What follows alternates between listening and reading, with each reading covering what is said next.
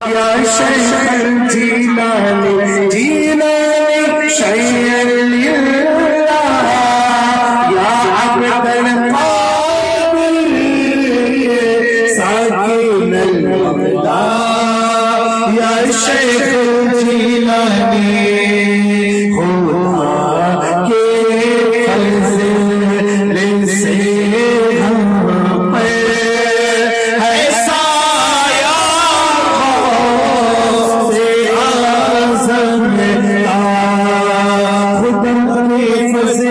سے ہم پر سایہ غوث اعظم کا خدا کے فضل سے ہم پر سایہ غوث اعظم کا خدا کے فضل سے ہم پر سایہ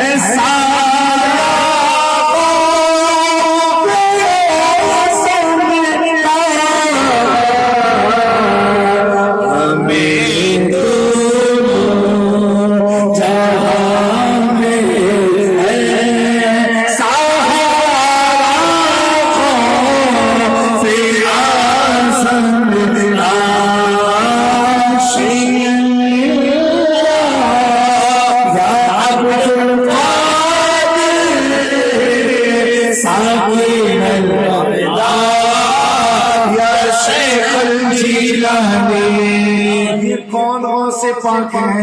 یہ کس کا ذکر چل رہا ہے؟ میرے امام ہمارے امام احمد رضا نے بتایا کون غوث پاک ہے؟ تو ہے وہ غوث کی ہے غوث شہدا تیرا، تو ہے وہ غیث کی ہے غیث پیاسا تیرا، سر بھلا کیا کوئی جانے یہ کیسا تیرا، مانتے ہیں کہ وہ ہے طلبہ تیرا، ساری کتاب جہاں ہر کتاب کتبہ تابہ کرتا ہے توا دربارہ تیرا، علامہ قہر ہے غوث مطیع کا تیرا، مر کے بھی چین سے سوتا نہیں مارا تیرا، کیا دبے جس پہ حمایت کا ہو پنجا تیرا، شیر کو خطر ملا نہیں کوتا تیرا، اس نشانی کے جو سگ ہیں ہمارے جانے، حشر کے میرے گلے میں رہے پتا تیرا، تیری سرکار میں لاتا ہے رضا اس کو شفیع جو میرا غوث ہے لا بیٹا تیرا۔ سارے قادری سوچیں گے اے میرے غوث کی شان ہے، بولو سبحان اللہ۔ حشر میں ہم قادری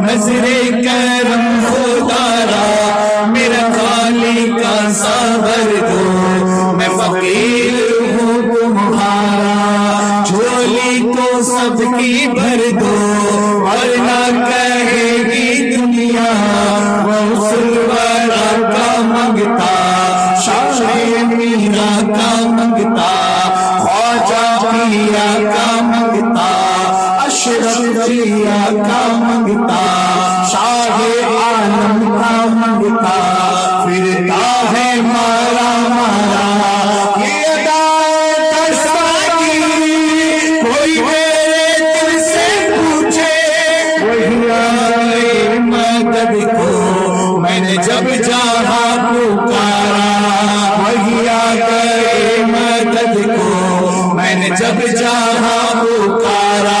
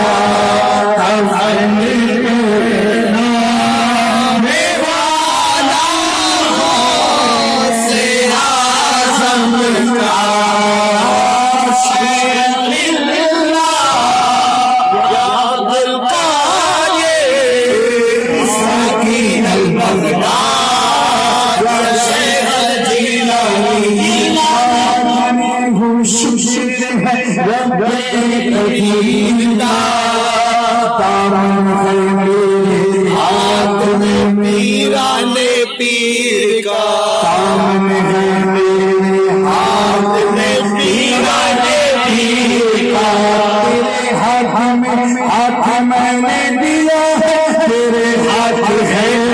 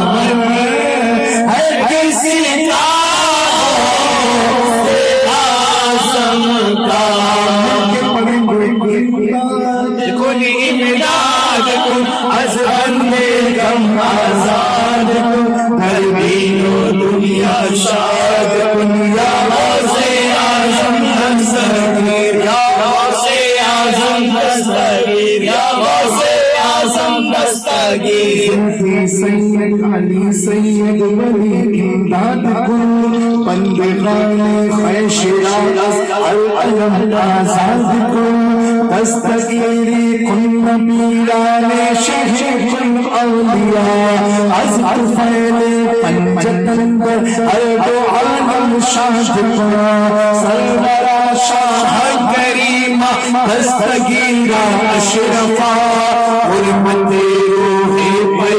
یک نظر کن سوئے ماں یک نظر کن سوئے ماں رئیس اشرفی سو چال سے قربان میرا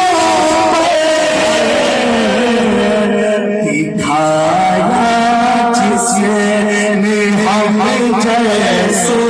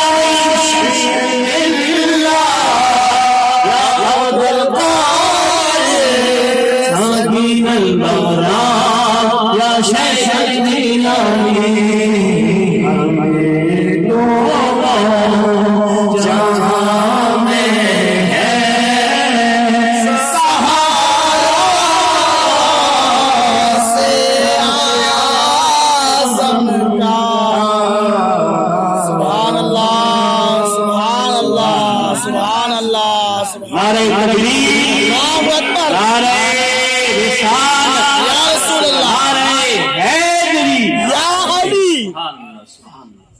اللہ تبارک و تعالیٰ حضور غوث پاک کی سچی محبت عطا فرمائے. آمین. آپ فرماتے جو میرا مرید ہے اسے گھبرانے کی ضرورت نہیں ہے, اللہ تو میرا رب ہے. اللہ تعالیٰ غوث اعظم کی مریدی میں ہمارا شمار فرمانے. لیکن حضور غوث پاک وہ بھی فرماتے ہیں جو شخص نمازی نہیں وہ میرا مرید نہیں. بے شک. بے نمازی کو میرے قبرستان میں دفن مت کرنا. اللہ. تو دعا مانگتے رہو, اللہ تعالیٰ ہمیں اولیاء کی پسند کے مطابق بنا دے. بے شک. کل جو ہماری شفاعت کرانے والے, سفارش کرانے والے, اللہ تبارک و تعالیٰ ان کی ایک نگاہ سے ہماری زندگی کو سنوار کر کے اللہ اور اس کے رسول کی رضا کے لیے ہم دنیا میں اپنی زندگی گزاریں. اللہ تعالیٰ اس بچے کو, گھر والے کو اور آئے ہوئے نوشا کو ان کی نئی زندگی کو شاد رکھے, آباد رکھے, خوشحال رکھے. اور کلام پاک جو نکاح کے خطبے میں بڑا پیارا ایک پیغام حضور نے دیا ہے, فرمایا یا ایھا الذین آمنوا اتقوا اللہ وقولوا قولا سدیدا, اے ایمان والو اللہ سے ڈرو. کیا فرمایا؟ اللہ سے ڈرو. وقولوا قولا سدیدا, باتیں کہو تو صاف صاف باتیں کہو, سیدھی سیدھی باتیں کرو, یعنی نرمی سے باتیں کرو, گھما پھرا کر کے باتیں مت کرو. جو بھی بات کرو اللہ فرماتا ہے پہلے اللہ سے ڈرو. یہ جو تم بات کرنے جا رہے ہو, کیا بات کرنے جا رہے ہو؟ پہلے اللہ سے ڈرو. جب اس کے ڈر کے ساتھ تم بات کرو گے تو تمہارے لہجے میں نرمی آ جائے گی, بے شک. تمہارے لہجے میں سختی ختم ہو جائے گی. سبحان اللہ. تم صاف صاف بات کرو گے, سیدھی سیدھی بات کرو گے, گھما پھرانے والی بات نہیں کرو گے. تو اس سے کیا پتا چلا؟ آنے والی زندگی جس لڑکے کی لڑکی کی شروع ہونے والی ہے, ایسے موقع پر حضور نے 3 آیت پڑھی. ان 3 آیت کا ایک آخری آیت کو میں نے ابھی سلیکٹ کیا ہے, تقریر نہیں کرنی, خالی اپنے اور آپ کے سمجھنے اور سمجھانے کے لیے. فرمایا کہ سیدھی سیدھی بات کرو, صاف صاف باتیں کرو, اور باتیں کرتے کرتے اللہ سے ڈرتے رہو. کیوں دوستو؟ آج جو گھر ٹوٹتے ہیں نا, صرف زبان کی بدولت ٹوٹتے ہیں. بے شک. علامہ عبدالرحمن جامی نے لکھا ہے کہ تلوار کا زخم بھر جاتا ہے, زبان کا دیا ہوا زخم بھرتا نہیں بھرتا. بے شک. آج کیا ہے وجہ پریشانی کی؟ سخت باتیں ہماری بڑے بڑے رشتوں کو کاٹ دیتی ہے, توڑ دیتی ہے. تو اللہ تعالیٰ آئے ہوئے نوشے کو پیغام دے رہا ہے, سیدھی سیدھی بات کرو. اور دلہن کو بھی کہہ رہا ہے سیدھی سیدھی بات کرو. ان دونوں نئے رشتہ داروں کو کہہ رہا ہے سیدھی سیدھی بات, گھما پھرا والی بات مت کرو. آگے فرمایا یصلح لکم اعمالکم ویغفر لکم ذنوبکم. سبحان اللہ. اللہ فرماتا ہے کہ اے لوگو اپنے اعمال کی اصلاح کر لو. بس یہی ایک بات ہے, اعمال کی اصلاح کر لو. یہ حضور نے آیت کو سلیکٹ کیا نکاح کے خطبے میں. یہ بابو سنو, وہ میرے نام پیسوا ادھر ادھر ہو, یہ چل جائیے, ہماری بتیا ادھر ادھر نہ ہو. ہاں تھوڑا دل میں اتار لے ہو تو تمہارا کام بن گیا, ہم لوگ کا کام نہیں. بھوجپوری سمجھ میں آئی آپ لوگ؟ صحیح. واہ بھائی, ابھی تو بابو یہ تو پیسہ تو سمیٹتے سمیٹتے آدمی کی داڑھی کے بال سمیٹ ہو جائیں گے. یہ جو بات کر اس کو اگر سمیٹ لیا تو زندگی بن گئی. آپ کی بھی بنی, میری بھی بنی. امام جعفر صادق امام حسین کے پر پڑھتے ہیں. وہ جب تقریر کرتے تھے, تقریر کے بعد آپ فرماتے تھے اتنے بڑے مجمع میں کوئی ایک کہہ دے جعفر صادق میں تمہاری بات پر عمل کروں گا تو وہ آدمی مجھے جنت میں لے کے جائے گا. سبحان اللہ. ہاں وہ آدمی مجھ کو جنت میں لے کر جائے بے گا. شک. یعنی ایک آدمی صرف سنور جائے تو سمجھو ایک پورا نسل کو سنبھال لیا. سبحان اللہ. سیدھی باتیں کرو اور اپنے اعمال کی اصلاح کر لو. یہ نکاح کے وقت خطبے میں امام بیان کرتے ہیں, حضور نے اس آیت کو نکالا ہے, اپنے اعمال کی اصلاح کر لو. آج جو شادی کے بعد جو لفڑے ہوتے نا, اس کی بنیادی کیا وجہ معلوم ہے؟ لڑکے والے سمجھتے ہیں کہ لڑکی کا دماغ بہت ہائی ہو گیا ہے, جبکہ ایسا نہیں ہے. ہمیں کبھی کبھی اپنے اندر بھی دیکھنا چاہیے. وجہ کیا ہے کہ شادی سے پہلے 25 سال 30 سال 22 سال 20 سال لڑکا کہاں گزارا اپنی زندگی؟ چوراہے دوستوں کے ساتھ حقہ پی کر کے, سگریٹ پی کر کے, ادھر بیٹھ کر کے ادھر جا کر کے. ماں باپ اے بیٹا اتلو لیٹ آوے تھوڑا ولی آپ جاؤ آج جوانو گھرے. ہاں ممی آج دوست نے شادی تھی, یہاں تو ٹوپی پہنا دیا, ٹھیک ہے,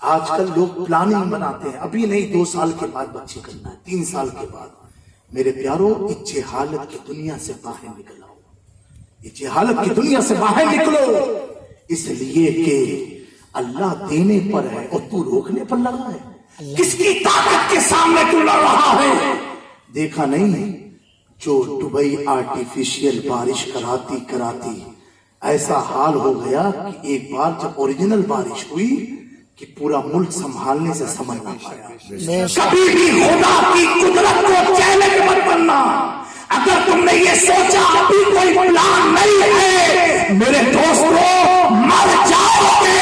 اگر اللہ نے پلان ختم کر دیا، چاہے تعویذ کرا لو، چاہے دعائیں کرا لو، چاہے کسی کی بارگاہ میں چلے جاؤ، کسی حکیم کے پاس، ڈاکٹر کے پاس، یوٹرس میں نیو بیبی فارم کا کوئی کیپچر کرا لو، اگر رب نے چاہ لیا اولاد نہیں دے سکتی۔ بے شک حق ہے۔ اتنا یاد رکھنا، میرے رب کے اشارے سے پتا نہیں ہلتا، رب جب حکم دیتا تو پتے میں جنبش آتی ہے۔ تو آج کل یہ بھی ایک کلچر چلا ہوا ہے، دیہاتوں میں تو نہیں ہوگا، شہروں میں ہے، تو ایسے کلچر سے بچتے رہنا۔ شادی کی پہلی رات میں یہ دعا مانگنی چاہیے نماز پڑھ کے، یا اللہ تبارک و تعالیٰ مجھے نیک اولاد عطا فرمانا اور یہ بیوی کو میرے حق میں برکت والی بنانا، اور جب تک یہ میری شریک حیات ہے میری نگاہ کسی اور کی طرف نہ جائے، میرے لیے اسے دنیا اور آخرت کا ساتھی بنا دے۔ آپ یہ اس طریقے سے، اسلام کہہ رہا نرمی سے بات کرو۔ آپ تو کیا بیچاری لڑکی، ایک لڑکی، ذرا غور کرو، سب کو اللہ نے لڑکی دیا ہوگا، غور کرو ماں باپ نے کتنی عزت سے اسے پالا ہے، کتنی محبت سے۔ ایک بار بیٹے کی بات کو ماں باپ نے رد کیا، لیکن بیٹی کی بات کو رد نہیں کیا، کتنی محبت سے پالا۔ اب وہ بیٹی کو اپنے ماں باپ کسی اور کے ہینڈ اوور کر رہے ہیں، کسی اور کو دے رہے ہیں، اور جب دیتے ہیں آنکھوں میں آنسو ہوتا ہے۔ ایک لڑکی ماں کو چھوڑتی ہے، بھائی کو چھوڑتی ہے، بہن کو چھوڑتی ہے، باپ کو چھوڑتی ہے، اپنے اس گھر کو چھوڑتی ہے جس گھر کو جب آنکھیں کھولی تھی تو اس گھر کو دیکھا تھا، اپنے اس گھر کو چھوڑتی ہے، اپنے علاقے کو چھوڑتی ہے، محلے کو چھوڑتی ہے، دوستوں کو چھوڑتی ہے، کس کے لیے؟ صرف ایک لڑکے کے لیے سارے گھر والوں کو چھوڑ کے آتی ہے۔ اس ایک لڑکے کو لڑکی کی بات سننے کا ٹائم بھی نہیں۔ ایسے میں گھر میں اختلافات شروع ہوتے ہیں۔ میرے پیارے بھائیوں، تمہارے ہاتھ میں ایک لڑکی کی قسمت ہوتی ہے، اگر وہ خراب ہو رہی ہے تو وہ خراب نہیں ہے، تم اسے خراب کر رہے ہو۔ اسی لیے قدر کرنا، کیونکہ اللہ کی امانت ہے۔ اور جب وہ عورت شوہر کے ساتھ ہو جاتی ہے تو اللہ فرماتا ہے جا تو اپنے شوہر کے لیے برکت بن جا۔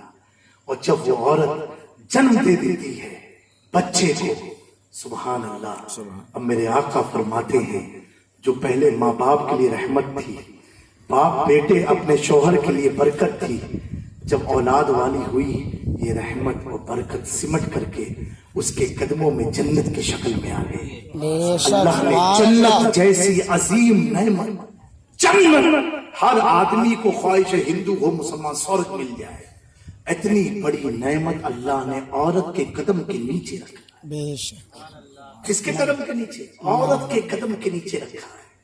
میرے دوستو، یہاں سے آپ اندازہ لگاؤ ایک عورت سے اللہ محبت کتنی فرماتا ہے۔ مرد کے قدم میں نہیں رکھی۔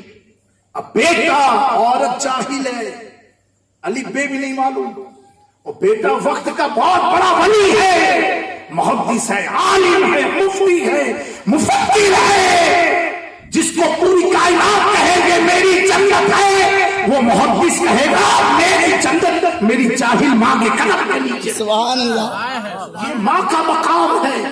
کسی نے پوچھا یا رسول اللہ صلی اللہ علیہ وسلم، کیا کوئی اپنی ماں کا حق ادا کر سکتا ہے دنیا میں؟ حضور نے فرمایا کوئی شخص ماں کو کندھے پر بیٹھا کے حج کرا دے، کعبے کا طواف کرا دے، تو بھی ماں کے ولادت کے وقت جو بچے کی ولادت ایک چیخ کا ایک حصہ نکلا تھا اس کا بھی حق ادا نہ ہوا۔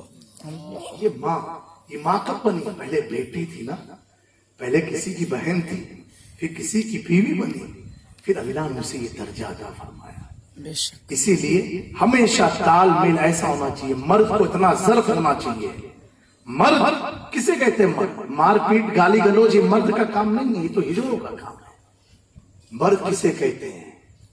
بات کو سن کر کے صحیح فیصلہ کرے. جذبات میں عورتیں فیصلہ کرتی ہے، مرد نہیں فیصلہ کرتے ہیں. مرد تو سنجیدگی سے فیصلہ کرتے ہیں، سوچ سمجھ کے فیصلہ کرتے ہیں. ایک لڑکے کے ہاتھ میں ایک لڑکی ہوتی ہے، وہ لڑکا جیسے مینیج کرے گا ویسے لڑکی مینیج ہوتی چلی جائے گی. سمجھ گئے؟ یہ ہو گئی ایک لڑکے کی ذمہ داری اپنی بیوی کے ساتھ. اب عورت کی کیا ہے؟ عورت کی یہ ہے، اس پر بڑی پیاری بات شیخ الاسلام نے فرمائی تھی. ایک ویڈیو کلپ آئی تھی کرناٹکا کے دورے کی. ان سے کسی نے پوچھا تھا کہ بیوی کیا اپنے ساس سسر کی خدمت کر سکتی؟ بہو. شیخ الاسلام نے بہت پیاری بات کہی تھی، بڑے مختصر میں فرمایا کہ بیوی پر لازم اپنے شوہر کی اطاعت کرنا اور شوہر پر لازم اپنے ماں باپ کی اطاعت کرنا. اگر بیوی اپنے شوہر کی اطاعت کرنا چاہتی ہے اور شوہر کو خوش کرنا چاہتی ہے اور شوہر کی خوشی ماں باپ کی خوشی میں ہے تو وہ بیوی پھر اپنے شوہر کو خوش کرنے کے لیے اس کے ماں باپ کو بھی خوش اور راضی رکھے گی. بے شک. کتنی پیاری بات کہی ہے، مختصر ہے، بڑی جامع بات ہے. ایک عورت ایک بچی کا حق یہ ہے جب وہ آئے اپنے گھر میں اگر اس کے ساتھ کیسا بھی ویوہار ہوتا ہو لیکن وہ اتنا جانے کہ میں بھاگ کے تو نہیں آئی ہوں، میں چوری چکے نہیں آئی ہوں، میں کسی لو میرج کر کے نہیں آئی ہوں، میں شریعت کے ساتھ آئی ہوں.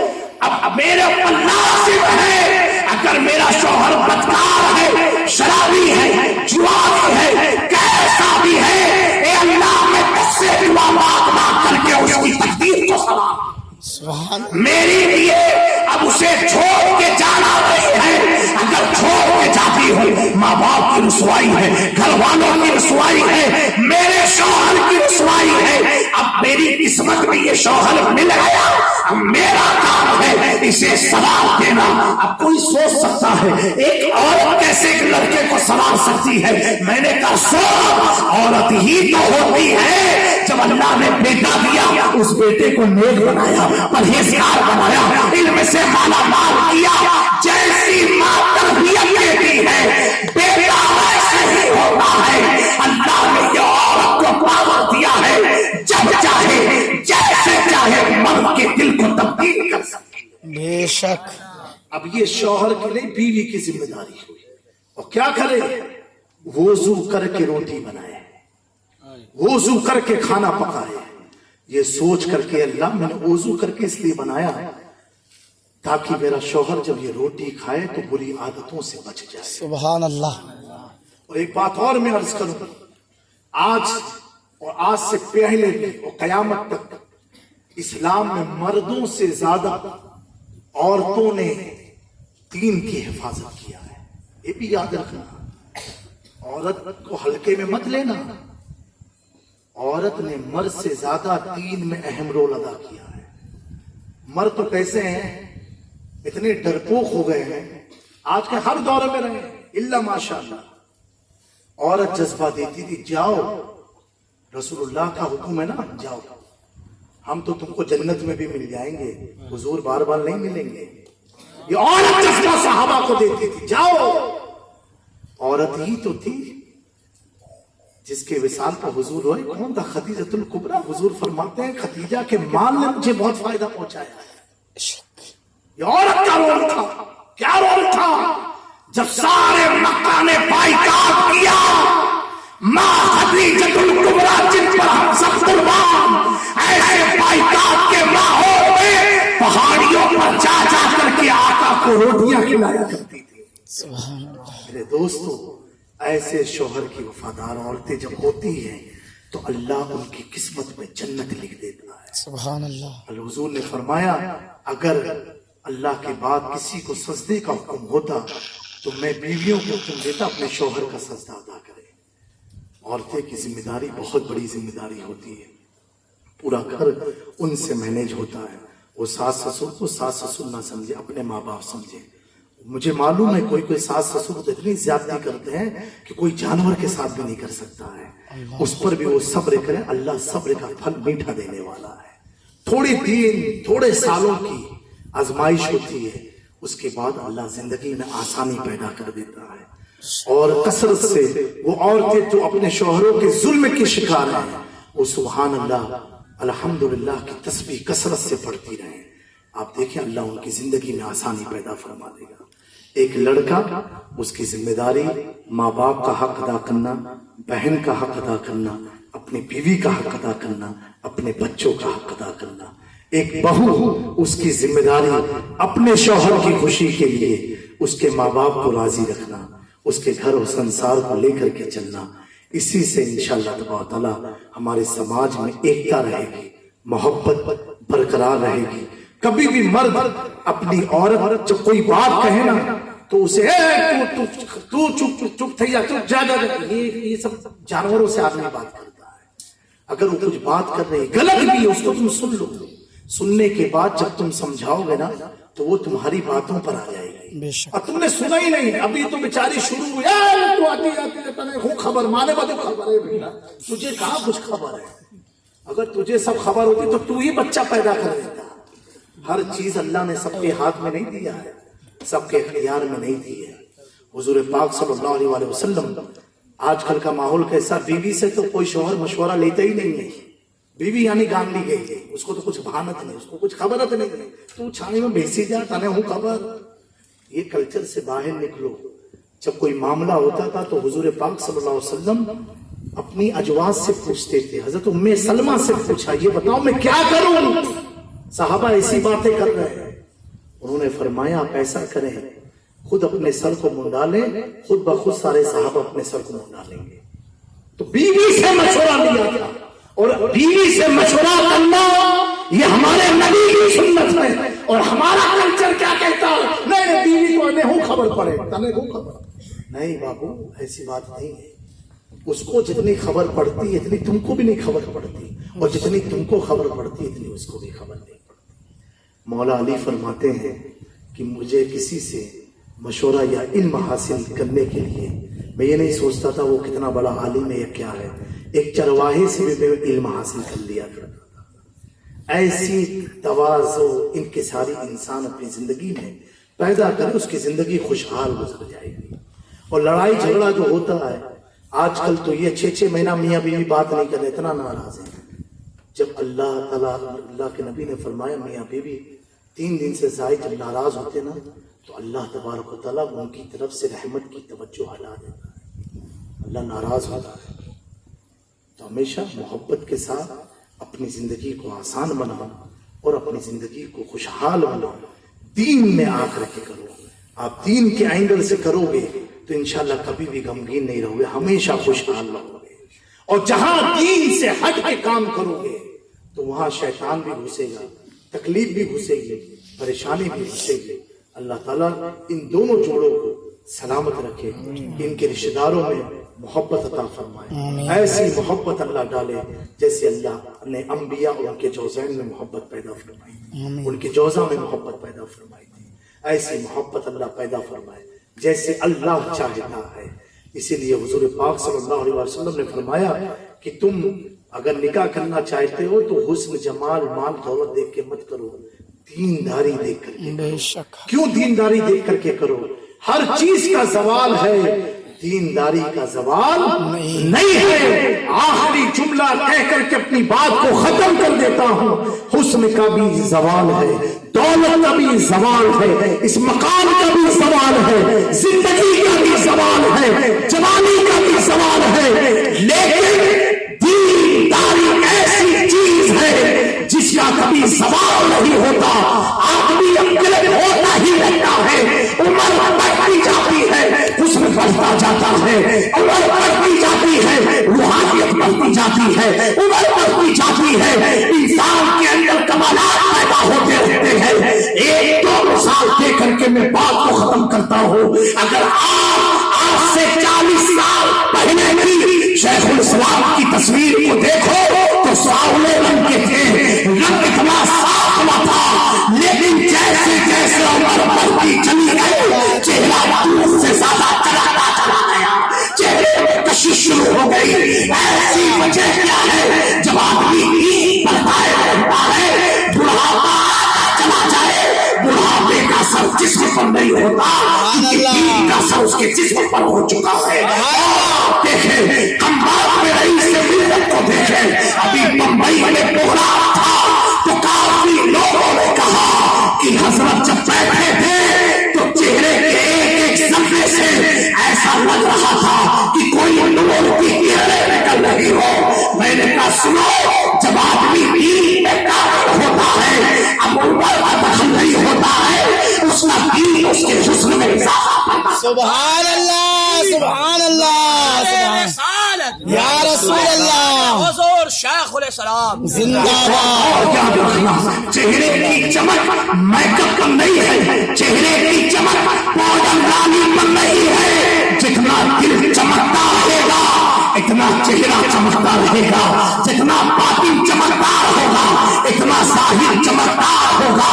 اللہ کا شکر ہے، احسان ہے مولا علی کا کہ مجھے کہنے پر فخر محسوس ہوتا ہے کہ آج کے پیر ہو، عالم ہو، مولوی ہو، کوئی بھی ہو، میں اعلان کیسے کہہ سکتا ہوں اگر کسی کو اپنا آئیڈیل بنانا ہے تو شیخ الاسلام کی ذات کو بنائے۔ ایسی سخت گرمی میں 43 ڈگری کا ٹمپریچر ہے، 44 ڈگری کا ٹمپریچر ہے، اس گرمی میں بھی ایسی گاڑی سے مسجد کی طرف نہیں جاتے، اسی اور سے کرتے جاتے ہیں۔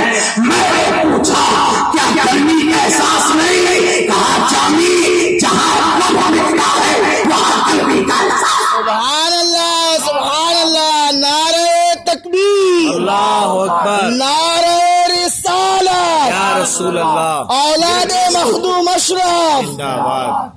میرے پیارو، اتنا یاد رکھنا کہ ہمارے گجرات کے لیے ایک گجرات نہیں، پورے ہندوستان کے لیے، پوری دنیا کے لیے اللہ نے ایک ایسا عالم دین، ایک ایسا دنیا کا مرکزی عالم دین جو علماء کا قبلہ ہے، جو مشائخین کا قبلہ ہے، جو علماء کی توجہ جس کی طرف ہوتی ہے۔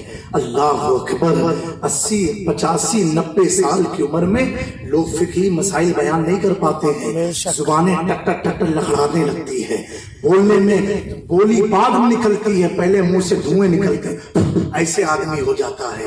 لیکن اس عمر میں بھی ان کا ہوش، ان کا علم، ان کا تقوی، ان کی باتیں یہ بتاتی ہے، یہ یقین غوث اعظم کے خون کا فیضان ہے، مخدوم اشرف کی نگاہوں کا کمال ہے، غوث اعظم ہند کی روحانیت ہے۔ آپ دعا کرتے رہو کہ اللہ تعالیٰ ایسی شخصیت کو ہمارے گجرات میں لمبی عمر عطا فرمائے، عافیت والی زندگی عطا فرمائے۔ ایسے بزرگوں کا رہنا ہم سنیوں کے لیے ڈھال ہے، ہم سنیوں کے لیے ایک 56 انچ کا سینہ کھول کے کھڑے رہنے کی چیز ہے۔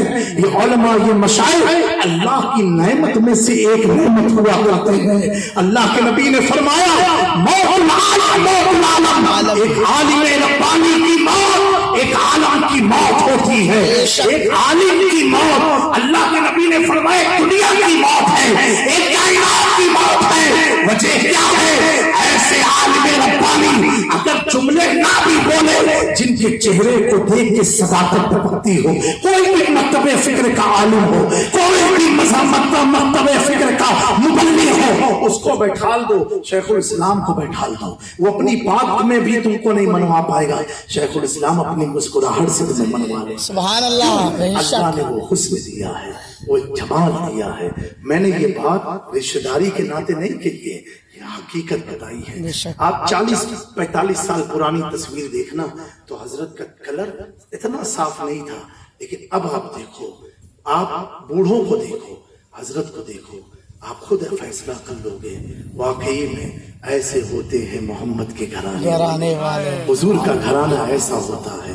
جب 90 سال کی عمر میں آج 1400 سال کے بعد ان کی اولاد کا حسن ایسا ہے، 1400 سال کے بعد رئیس ملت کے چہرے کی چمک ایسی ہے، تو میرے آقا مولا علی کے چہرے کا عالم کیا ہوگا؟ سبحان اللہ، مولا کائنات کے جلوے کا عالم کیا ہوگا؟